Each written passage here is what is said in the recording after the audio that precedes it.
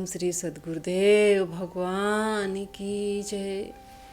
यत्र योगेश्वरः कृष्णो यत्र पार्थो धनुर्धरः तत्र श्रीर्विजयो भूतिर्ध्रुवः नीतिर्मतिर्ममः। जहाँ योगेश्वर श्री कृष्ण है, धनुर्धर अर्जुन है, ध्यान ही धनुष है, इंद्रियों की दृढ़ता ही गांडीव है, अर्थात स्थिरता के साथ ध्यान, एकाग्रता के साथ ध्यान धरने वाला जहाँ महात्मा अर्जुन है, वहीं श्री है, ऐश्वर्य है, विजय है, जिसके पीछे हार नहीं है। तो आज तो अर्जुन है नहीं। श्री, विजय, ऐश्वर्य ये सब कुछ अर्जुन तक ही सीमित थी। वो तो द्वापर में ही समाप्त हो गई। लेकिन नहीं, श्री कृष्ण ने बताया कि मैं सबके हृदय देश में निवास करता हूँ, आपके हृदय देश में भी है। अनुराग ही अर्जुन है। हमारे हृदय में, हमारे अंतःकरण में उस परमात्मा के प्रति, इष्ट के प्रति लगाव का नाम ही अनुराग है।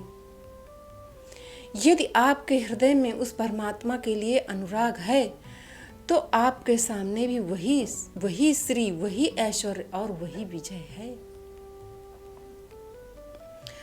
जब तक प्राणी रहेंगे तब तक उन प्राणियों के हृदय देश में उस परमात्मा का निवास रहेगा।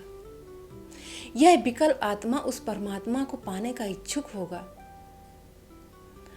परंतु जब भी किसी के हृदय में उस परमात्मा को पाने का विकल अनुराग उमड़ेगा, वही अर्जुन की श्रेणी वाला होगा, क्योंकि अनुराग ही अर्जुन है। तो इष्ट के प्रति, परमात्मा के प्रति लगाव का नाम ही अनुराग है।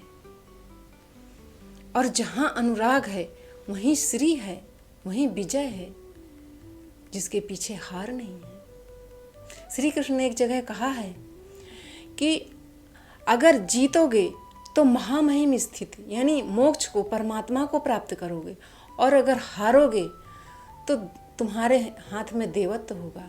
एक हाथ में महामहिम की स्थिति है, दूसरे हाथ में देवत्व है।